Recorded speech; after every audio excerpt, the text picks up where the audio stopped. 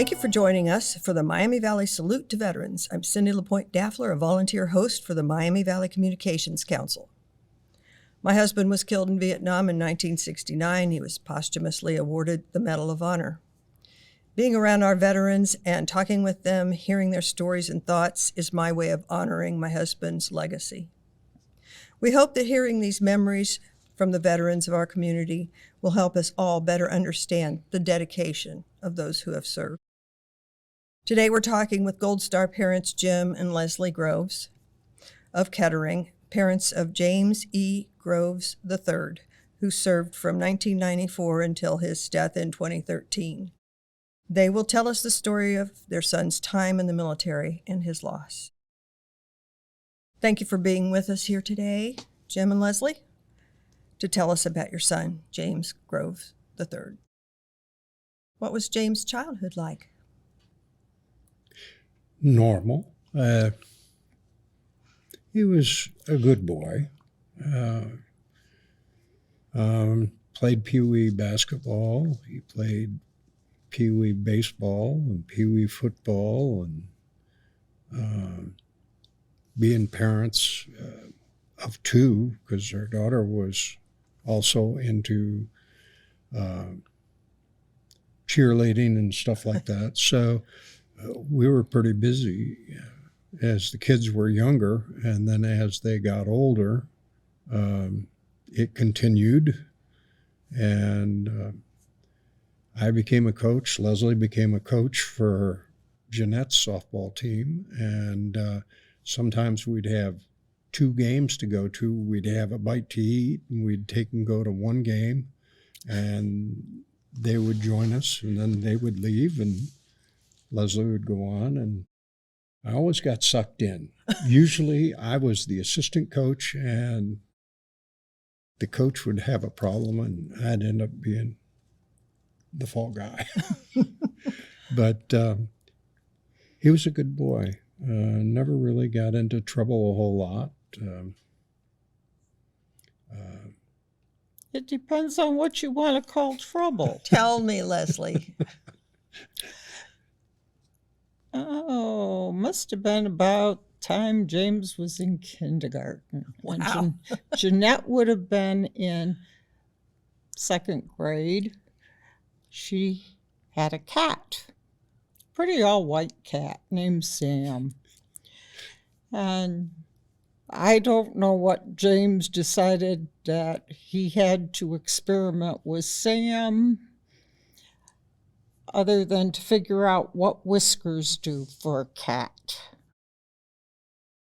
He decided to cut off the whiskers on one side of Sam's face. Oh. And I have no clue when he actually did it. Jeanette had no clue it had been done.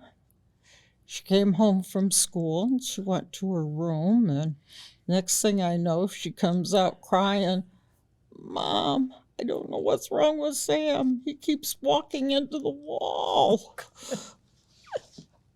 I said, "Okay, where's Sam?" So she went and got Sam, brought Sam out, and I looked at Sam, and Sam was minus whiskers on one side, and that's why he kept walking into the wall. She said, "My brother did that to him. I know he did." James comes in, and I look at James, and it's like, "Why'd you do that?" He said, "I wanted to see why cats had whiskers. If they don't have them, now I know." Yeah? Well, that wasn't the story he gave us, though. No. He said, I came in from school, and he said, I had to go to the bathroom really, really bad, and the cat would chase people down the hall. And he says, Sam chased me down the hall, and they said, the wind blew the door shut, cut off the whiskers. And I'm going, listen, we were born in the day, but it wasn't yesterday. Oh, that's great. That's a great story. I love it. Yeah. I know things like that happen with kids anyway, so I didn't think he was perfect, Jim. No, he was not perfect, but he was a good kid. He was a good kid, yeah. He had his own warped sense of humor. That's good too.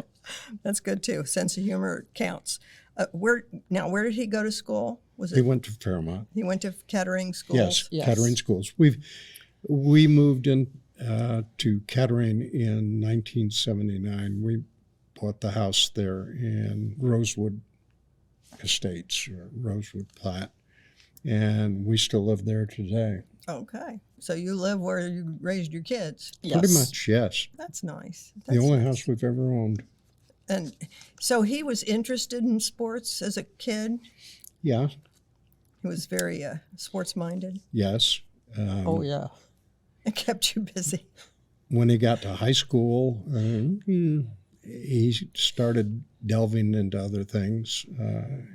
He played football in junior high for Fairmont, and then he played football for Fairmont. He quit for a year. No, he didn't play till his senior year. Senior year. He did. 1 year he did sports medicine, which he found to be very interesting. They put the kids that work as assistant trainers and all through the program at UD.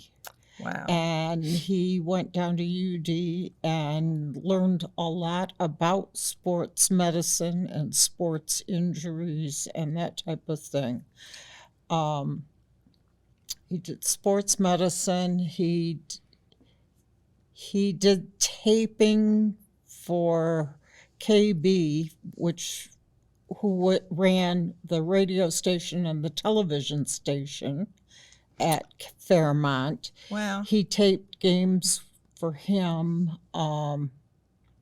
like the girls' sports, and he traveled with the girls' team the one whole year before he actually played football himself. Wow. But he did multiple different things when he was in school.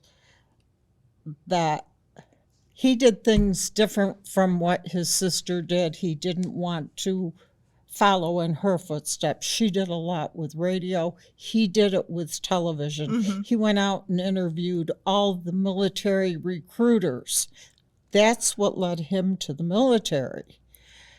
He was out, he interviewed with all of the recruiters and taped them, used to bring tapes over here for the TV stations because they used to process the tapes over here. I see. After he had interviewed everybody, and we were like, well, what are you going to do? You're going to graduate this year. What are you going to do? Came home the one day and said, I've joined the Army. Wow. Were you in shock? Yeah. Well, actually, we didn't know he was doing that. And it was his going on to his senior year. And I said, what are you thinking about for college or whatever? And he says, well, I'm not sure I'm going to go to college. And I said, well, son, it's your senior year. You got to do something. I said, have you ever thought about the military? And he said, hell no. And I said, okay. But I said, you got to come up with something.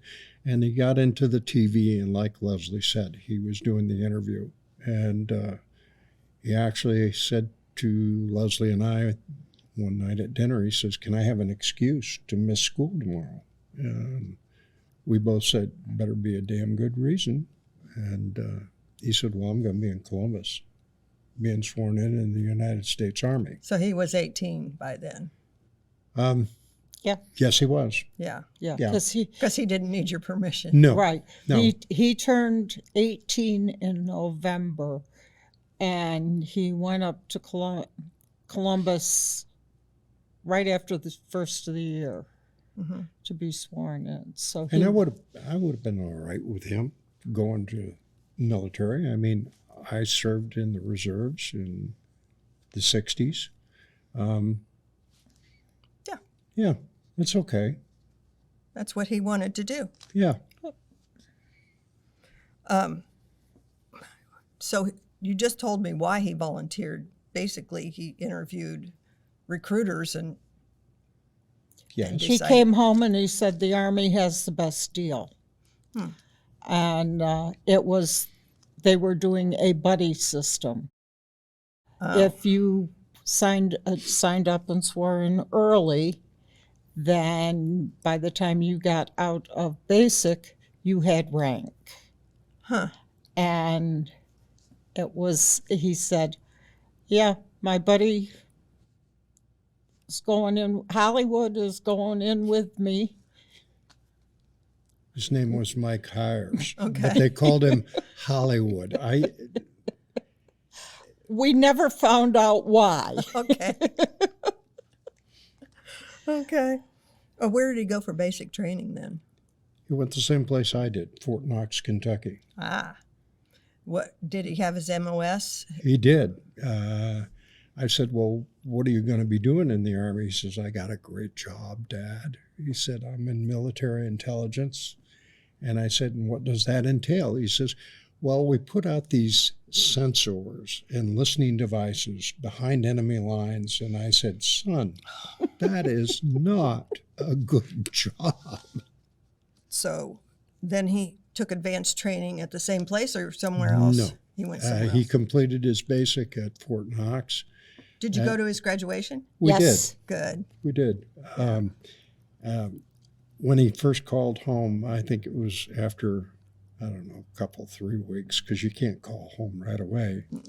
And I said, so how do you like running the mile with your full field pack and your rifle and everything? And he says, we don't do that, Dad. I says, how do you run the mile? He says, gym shoes and sneakers. What year was this? 94. Oh, my gosh. And she said we wear shorts and T-shirts. And I said, what? Really? Wasn't the way it was when you went. No, it wasn't. I said, how do you like the drill sergeants calling you all sorts of terms of endearment? They had great names for you, and they used to make one or two people cry, fat boy and stuff like that. He says, oh, they don't do that, Dad. He said, if they do that, we give them a card saying, you're being mean to me. And I said, what the hell kind of Army is this becoming? Now, you're already startled by this. Can you imagine today? They're way even beyond what they were then. I mean, now they only require you to do 9 push-ups. I think I can do 9. I can't do them I can do them within 5 minutes. I couldn't do that either. But So then after Fort Knox, he went to Fort Huachuca, where's that? Arizona border. Oh, my. And he did his MOS training there, and then he was on his first assignment, which was Korea. Went to Korea. Mm-hmm. And what did he do there? He was on the 38th parallel. He couldn't go They- across the parallel. No, he was They on the monitor. DMZ. They have monitoring devices Right. all along there, and his job was monitoring those devices. So he's at Camp Casey and Camp Cloud. I think that's, I think the other that's the camp. other one. and that was the worst deployment of his life. Really? We had a $500 a month phone bill. He would call us, Oh. and he wouldn't say anything. He said, just talk to us. Just talk to me. I think he felt kind of homesick. It sounds like it. I mean, Yeah, he really was. He'd call, and he knew I was home alone during the day because I worked night shift. So he knew during the day he could call, and he would call and be on the phone 2 hours, think nothing of it. Wow. Send a lot of care packages. yeah, I was working for the produce house, and we had this April Hill cookies, and they did Christmas cookies, Easter cookies, Thanksgiving cookies, and they were all pre-formed, and they came with the toppings. So all you had to do was put them on a baking sheet and bake them. And we sent 120 dozen cookies to Korea. We put them in plastic gallon jugs with 2 cookies in a baggie inside so that nobody's hands touched them. And instead of putting cardboard around it, we put a bag in there and filled it with cooked popcorn. Oh, yeah. A lot of people did And that. then yeah. we found out that you're not allowed to do that. You're not you allowed can't- anymore? No, No, you cannot. You never could. You cannot send popped popcorn Or unpopped. or unpopped to Korea. So The guys anyway, used to love it when they get the boxes. Sure. that was the first thing they ate. Well, was sure. the popcorn. Absolutely. Yes. But you And, don't know why they. because of disease from the corn itself. That was what we understood it. Okay. All righty. So he was deployed to Korea. How long was he there? Do you know? A year. 1 year. 1 year, and that was Exactly. From Christmas to Christmas. enough. Ooh. Did he get to come home for a He bit? he had he was home Christmas and left between Christmas and New Year's. He came home right after New Year's the next year. Okay. If you're just joining us, this is Miami Valley Communications Council Salute to Veterans podcast. I'm your host, Cindy LaPointe-Dafler, and today we're talking with Gold Star parents Jim and Leslie Groves about their son, James Groves III. Okay, so he came home. How long did he have? Was it a 30-day leave or? It was Yeah. 2 Yep. weeks. It was a 30-day leave. Was it 30? Because he came home and he knew he was going to Fort Drum up in Watertown, And that's what state Watertown is? New New York. York. New York, okay. He's up on the Canadian border now. I was there 50 years ago Oh, okay. when it was a camp. All the reserve units and guard units used to go to Drum for the summer, for their summer camps. So, At least it's Be- not hot. being upstate New Yorkers, we were very familiar with Watertown and Camp Drum. Okay. So he was going to Fort Drum, but he was home for 30 days. And in that 30-day time, he decided he needed a car, which made sense to us. So he went car shopping. Finally found one he wanted. Bright red. Yeah. Dodge Avenger. Dodge Avenger. Yep. Did you tell him that red cars get stopped by the police more often than any other No, color? Nope. I think he had it 2 weeks, and he was driving, and he hit a skunk. And he said, "Dad," he says, "what can I do to get rid of the stink?" And I said, "Not much." So he sucked it up until it wore off. Sure. Yeah. Brand new car. Oh my, brand new. Oh, Mhm. jeez. Okay, so you should avoid skunks. So, at Fort Drum, what was he doing? What were they training or? He went up with his MOS still being military intelligence, and he was doing I assume some surveillance along the border.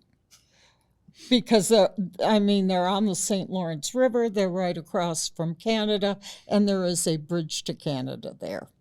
So I'm assuming it was along that lines. But while he was there, they also had an air assault group up there, and he was watching them rappel from helicopters. And it came to be summertime, and we went up to Fort Drum to visit James.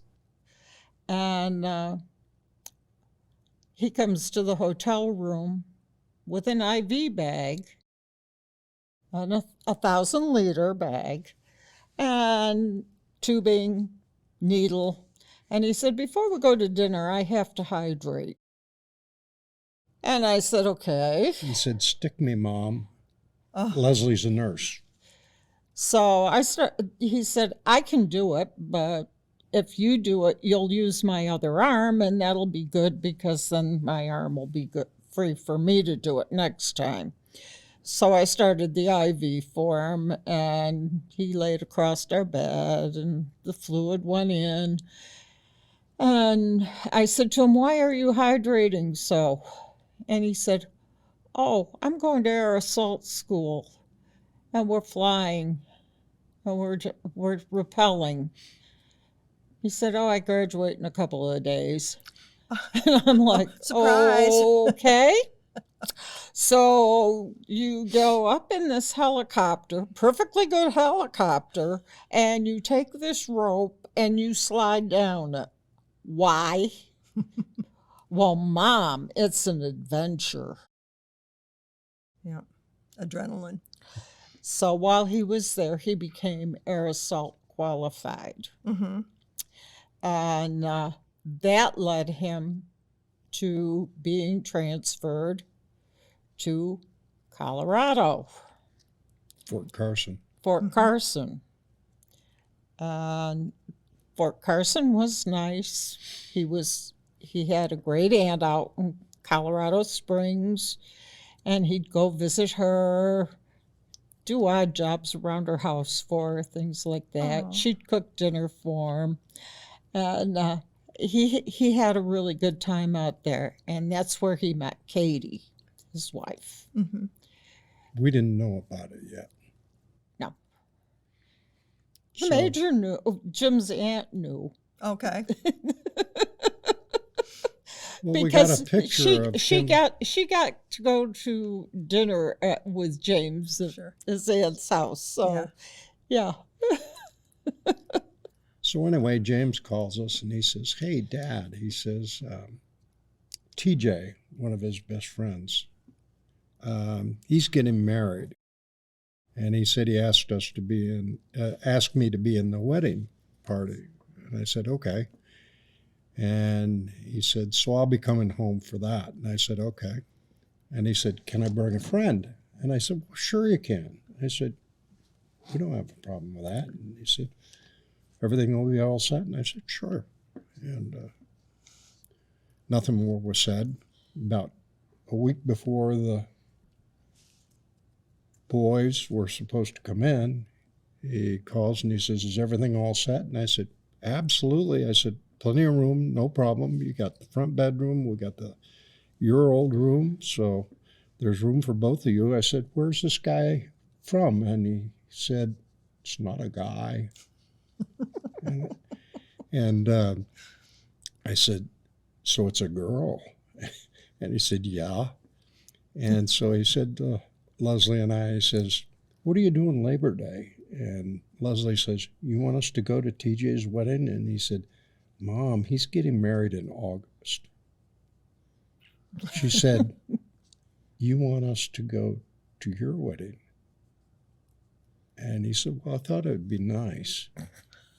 We had not met this girl. We don't know her name from Adam. And He was full of surprises, wasn't well, he? yes, he was. For Mother's Day that year, I had gotten a picture Of him with the girl. of him with this girl. He never told me her name, never wrote what her name was or anything, just sent the picture. Private person. It's like, So, okay. yeah, so anyway, he said, well, her name is Katie Nielsen, and she's from Peoria. And we're going to meet a girl in a week. And Go to the wedding. and she's going to be our daughter-in-law. We don't know what she likes to eat. Within the next week. and so Leslie called Ken and Karen in Peoria, Katie's parents. Okay. I made James give me their phone number. She talked for 3 hours. It was like they were old friends. And the wedding was a hoot because Ken was one of 8 Karen was one of 8. And Ken and Karen had 8. So it's Leslie and I, her mom, my dad, our daughter, and future son-in-law. The 6 of us against 300, because all of Ken's and Karen's brothers and sisters all had 8 kids. So it was like Custer's last stand. And you went to the wedding. Yep. And then they were off. And then they were off. Well, was she in military too? She was. She was a sergeant. And they went back to Colorado? For a short time. Yeah. And then they were both transferred to Fort Campbell, home of air assault. 101st. And that's when Katie had to become air assault, because she was in the same unit that James was. I see. You cannot be on that post and not be air assault. Right. So Katie became air assault. And in the meantime, James and one of his buddies that he had met when he was up at Drum Yet had been deciding, rappelling is okay, but flying that helicopter would be neater. So the two of them talked about it, and finally they put in paperwork to be transferred down to Rucker. Rucker in Georgia. Right. No, Georgia. Alabama. Alabama. That's right. Yeah. Down in Alabama. Yeah, as a matter of So- fact, Katie was in supply in the same unit James was, and Brian Hazelgrove was his buddy. His wife was also in the same unit. So the 4 of them were together. And my dad went down there for Christmas because of the fact that my mom had passed away, and he usually went to Florida. So Katie and James says, why don't you come down and spend the winter with Katie, because I'm going to be in Fort Huachuca doing maneuvers. So Dad said, fine, and he went down. And when Dad stopped in at our house on the way back to New York, he said, I don't know about the maneuvers out in Arizona, but he says, I suspect there was going to be a frontal assault maneuver at home. And about 2 months later, we found out we were going to be grandparents, as well as the Hazelgroves. Both women were both pregnant at the same time. So to Rucker they went. To Rucker they went, the 4 of them. Yep. And So James, he took helicopter pilot training. he did. They both did. Yep. And he also, he went to OCS. Yeah. He had Because to you go to, had to be, OCS is you officer. have to Yeah. be an officer in order to fly. so Right. they both became CWs, Chief Warrant Officers. Okay. And once they got their Chief Warrant Officer, then they started pilot training. And we went down for that graduation, and his great aunt came from Colorado Oh, for that, and she pinned his wings on him. that's really great. Mm-hmm. So from there, where did he go? From there, he had a choice of where he was going to go after flight school. Mm-hmm. And the choice was Hawaii, Fort Leonard Fort Wood. Leonard Wood, or Drum. Mm-hmm. And Leslie and Karen Nielsen are saying, Hawaii, Hawaii, Hawaii. Yeah. And he said, I took Drum. And they said, why? And they said, well, if we had taken Hawaii, the Nielsens would have come out maybe once. And we would have gone out probably once. But in Drum, it's only a 10-hour drive for us. We could go up more frequently, It's a 15-hour drive for the Nielsen's. So he said, we just thought it would be great for the grandparents to be able to visit the kid. Yeah. Plus, James stated he did not like to fly at night over water. It's difficult. It's very disorienting because you can't see the horizon. No. Because it's like Right. Water. Everything blends in. Sure. And he said, I don't like flying over the water. So he said, that's why I picked drone. Mm-hmm. And there, did he get more training, or what was he doing? he was training for a while, and Okay, while he was still at Rucker, 9/11 happened. I gotcha. He graduated shortly after 9/11. So then it was up to drum, and everybody was getting combat ready up there. So Yeah. so then he was shortly thereafter deployed to Iraq. And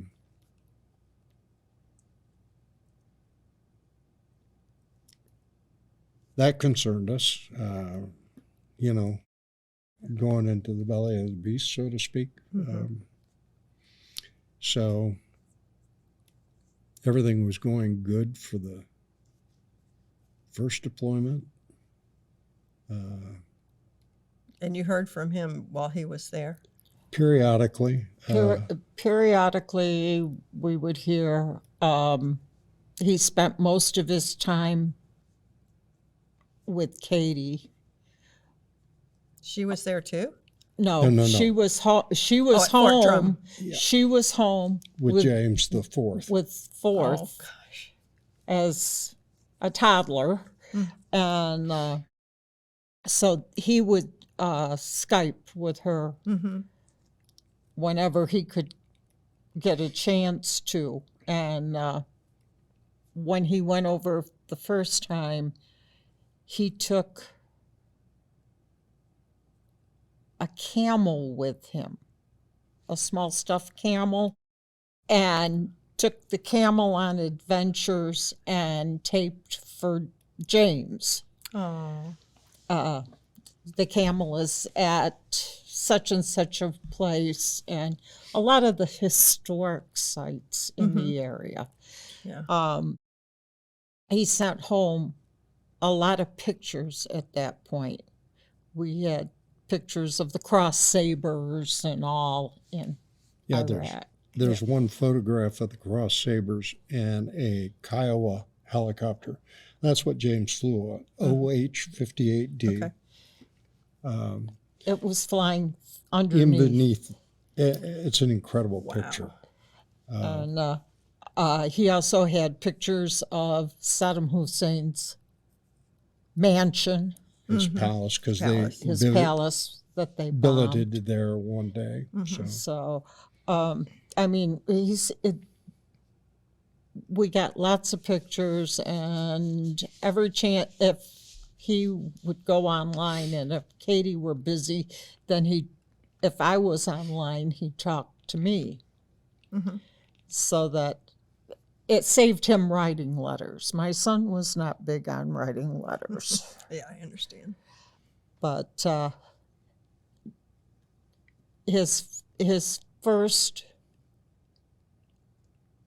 was his first deployment, and during that time, Brian Hazelgrove was with him, and Brian's helicopter went down. Brian was killed. And James escorted Brian home to Indiana. Yeah, it was like 2 a.m. We get a phone call, and the phone has caller ID, and it says Dover Medical. And, Dover, Delaware came up. and she And it's picks up the phone. I and know she what says, Dover is. Right. hello. And A girlfriend of mine's daughter was stationed at Dover. mortuary services. And I picked up the phone and I said, hello. And I get James, and I said to him, when you wake me from a sleep, I'm not very coherent, but I was very coherent. What are you doing there? And he told us that Brian had been killed and he had escorted the body home. So he was home. He was home for the funeral, and then had a couple days leave after that, got to Watertown to be with Katie and James, and Shane was born while he was there. Aw. So he got what? Shane's born February. He didn't go back to I think it was March. Iraq till the end of March. He had off. So we got to go up and see him in the meantime, and see the new baby. And then he was back until October. October was they gave everybody 2 weeks off when they did overseas duty. October, he had 2 weeks off, so he was home again. And then at the end of the year, right after New Year's, he came home and was home for a year and a half, went back to Iraq for another year. That was the long deployment. That's when they went. They extended. They extended it before he had even left. Used to be you were over there for a year, and they just didn't have enough men. No. And so if you were there for a year, they extended you for 6 more months. So you were there for a year and a half. He was there for a year and a half the second time. And then he came home and was home almost 2 full years before he went to Afghanistan the first time. Afghanistan was an entirely different country.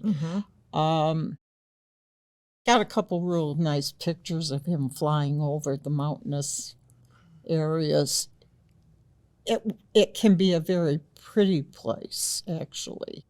He didn't Skype a whole lot at that point, because he was more with Katie and the boys. Certainly. Keeping track of what was going on at home, because in the meantime, they decided they were moving the whole wing out of New York. Oh. So Going to Savannah, Georgia. And just before he left, he and Katie had gone and met with a contractor and signed a contract for a new home. Up there. In No. Georgia. In Georgia, okay. Savannah. In Georgia, because he knew when he came home, he would come home to Georgia instead of New York. Yeah, Leslie and I went up for a long weekend to watch the kids, because they were going to go to Savannah on Friday, and they were going to come back in a couple, 3 days. Anyway, we went up. There was a foot of snow on the ground. No big deal. Yeah, you're used to that. You grew up out there. I mean, we grew up in upstate New York. That's not uncommon. And they went down. They couldn't find anything that they really liked, but they met the contractor, like Leslie said, and they had a house built. And they came back on Sunday and they said, well, Dad, you going to stay or are you going to go? And I said, well, I got Monday off, but just because of the weather, who knows? Right. We'll leave, and that'll give us an extra day in case of bad roads or whatever. And we took off the next morning, and we got home 5 o'clock that night, about 10 hours. And I called James, and I said, we're home, no problems, everything's fine. And he said, wise choice, Dad. He said, we had a snowstorm. 8 feet of snow fell in one 12-hour period. You wouldn't have made it out of there. We have pictures of our two grandsons sleigh riding off the garage roof. Because you could walk right out and step on their garage roof. Oh, gosh. It was pretty cool. Yeah. Yeah, to say the least. Huh? Oh, my gosh. So what happened next? They went to Georgia, Yeah. and Was their house done? the house was done. James wasn't home yet when they actually moved the household down. I see. Katie lived in a rented house with the two boys for about 3 months. And then James was due home. The house was finally finished. So when he came home, they moved everything into the house. Mm-hmm. And nice house, nice area, good schools. Good. And they settled in that house. And he was home for about 1.5 years again. And we'd get phone calls. Come down. I got a project I want to do. Georgia gets rain, lots of rain, Yeah. and they don't put gutters on their houses. They don't. No. So he has this beautiful backyard and no gutters on the back of the house Or on the front. or on the front, no way to deflect the rain. So, Dad, can you come down and help me? 2-story house. Oh, my. And the ground tips like this. So Why not? I'll tell you what, heights don't bother me, but boy, that damn thing was shaking and rocking, and I'm going, oh, Lord. Well, it doesn't help because your son kind of helped the ladder rock a little bit. Oh. But you got it done. We Yep. got it done. Got gutters up. Yeah, So he was home for 1.5 years and pretty then much, yeah. sent back to Afghanistan. Up back to He Afghanistan. was going back for his second deployment to Afghanistan. When they found out that he was going back, Katie decided that they wanted to go on a cruise, just the two of them. So they asked Leslie if she could come down and watch the boys. And so she did. And they came back from the cruise, and it was around November. And James came up to say goodbye. And we had a nice visit. And I remember standing in the door, and our storm door is full glass. Yeah. And he drove off, and I said to Leslie, I said, well, first one you got away with. I said, I was concerned. Second one, you're still worried, but same old, same old. The third one, still concerned, but everything seems to be right. And I turned to Leslie and I said, what do you think, Grandma?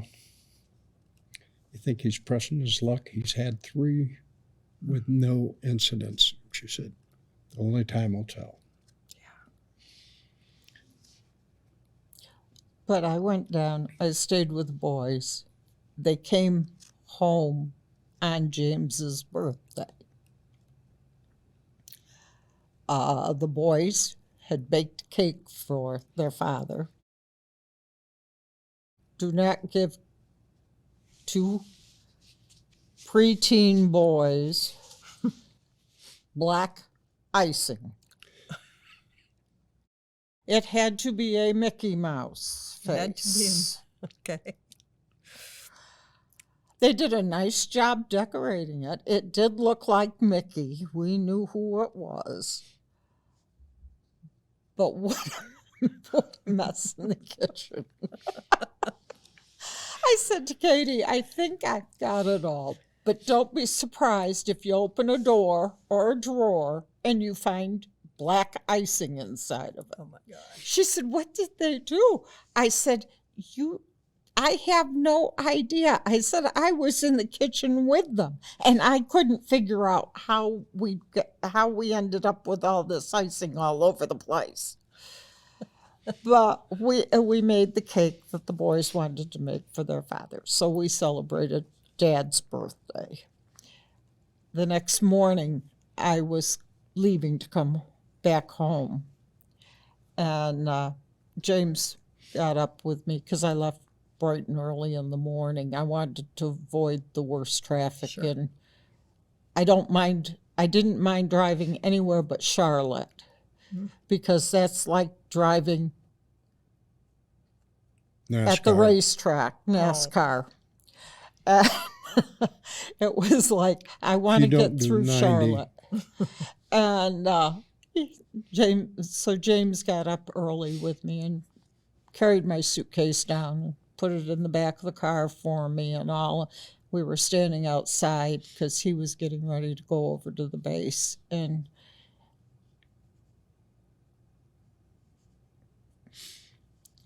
for some reason, he and I had never said anything about the what ifs.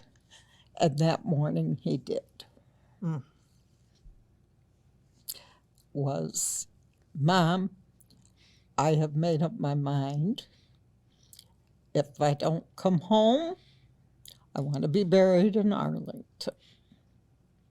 And I said, that's your decision. It's fine with me. I have no problem with it. But what triggered this? And he said, well, every time we go over, we have to rewrite our will, yada, yada, yada. And I said, yeah, I know that. And he said, I have sat down with Katie, and I told her that's what I want. I was down there for the Marine Marathon, and we toured while we were there, and we went through Arlington, and he said, it's such a peaceful place. Mm-hmm. And that's how I left my son. Oh, boy. Very hard. Very hard. By the end of the year, he was back in Afghanistan. And then March, we get the phone call. Or we don't get the phone call. We get the knock on the door. The knock on the door. Yep. The two men in uniform. Two men in uniform. Yep. Leslie was cleaning up the kitchen. We had just finished dinner Saturday night, March 16th. And doorbell rang. I happened to look out the window. I saw them coming. They parked I two said, houses up from us. Leslie, I said, we have two officers here. She said, open the door.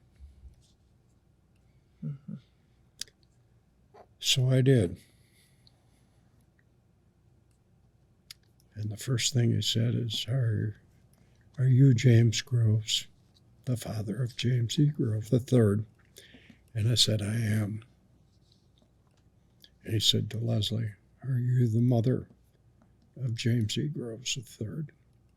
She said, I am.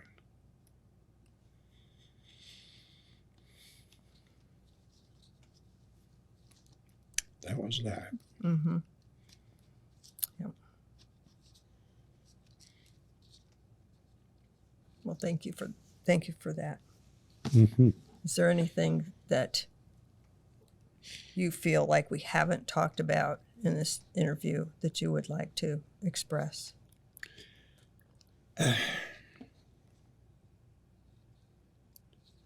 We miss him.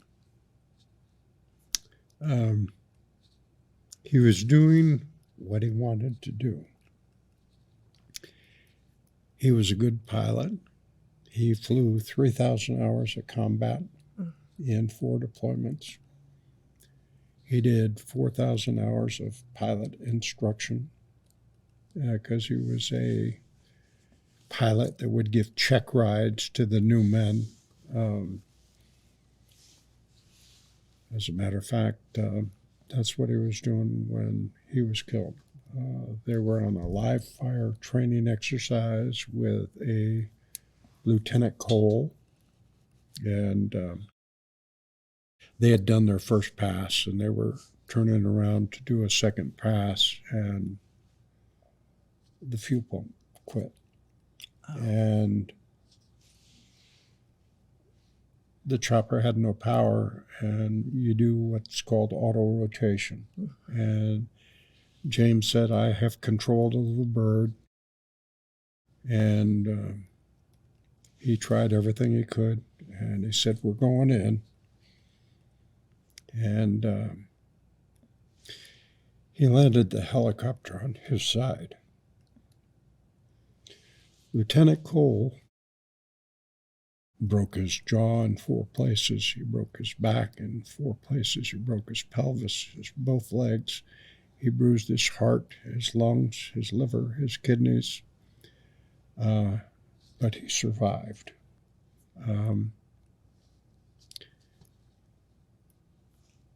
He did a remarkable recovery. He's a paraplegic. We saw not too long ago, he was actually snowboarding on one of those seated and riding horses through wounded warriors. But he's still got a lot of medical issues and will have for the rest of his life, but he survived. Had that been James, we would have accepted that. Absolutely. Just as we accepted the way it is today. So.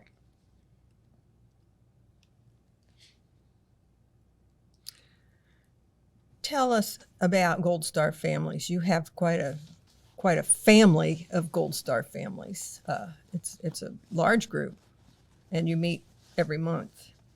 You're very close, having experienced the same thing. This area of Ohio seems to have had a lot of military deaths during the War on Terror. So that we all live within a relative close area.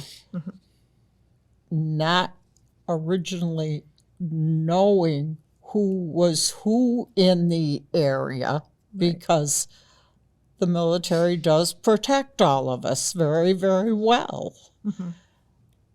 We have met through different organizations that work with the fallen. And when we get together, we're all in the same situation. We've all suffered the same loss. Right. And we just tend to all gravitate together. And it has made a wonderful support group. Yes. For a lot of the families. And by having carry-ins, it's gotten people out and got them talking. And it has made a big difference. And then with Warrior Weekend, which is a tremendous group of people, bringing in wounded warriors and combining it with the Gold Star families. When you get severely wounded people and you put them with the families of the fallen, the interaction is just indescribable, really. It helps both sides. Right. It's really healing. Being a Gold Star parent, you know as well as we do, it's a club nobody wants to belong to. Right. It's not one you aspire to. You're there because things happen. Some Gold Star people have difficulty and don't get over the initial notification. Others, like us, we kind of stumble and find our own way. But all of the organizations that we've been involved with, we've met some incredible people, and there's been some incredible circumstances. We were at the Warrior Weekend 5 years ago. I was skydiving for my second time, and Leslie was wearing the hat that said Groves. And guy comes around the corner of the airplane hangar, and he says, "Groves?" And she said, "Yes." And he said, "Your son was in Fort Drum and Fort Stewart." She goes, "Yes." "Did 2 tours in Iraq and 2 tours in Afghanistan." She goes, "Yes." "And he was killed in March of 2013 in Afghanistan." She goes, "Yes." She said, "How do you know my son?" And he says, "I don't." He said, "I'm a wounded warrior, a helicopter pilot from Vietnam." And she said, "That doesn't explain how you know James." And he said, "Well, my son wanted to follow in my footsteps and be a helicopter pilot as well, but he failed the eye test. And so consequently, he became a mechanic. His son was our son's mechanic. Oh, and wow. Was with him in Drum, in Savannah, at Hunter Field, and on all 4 deployments. As a matter of fact, he was one of the boys that retrieved the body from the helicopter. Oh, wow. So what are the odds? 340 million people, and you meet somebody from St. Louis, and they have that connection. That's incredible. Incredible. And other situations like that have happened where out of the blue, this connection is there, and it's just very special. Certainly. Well, thank you so much for coming in and telling your story. I really appreciate it.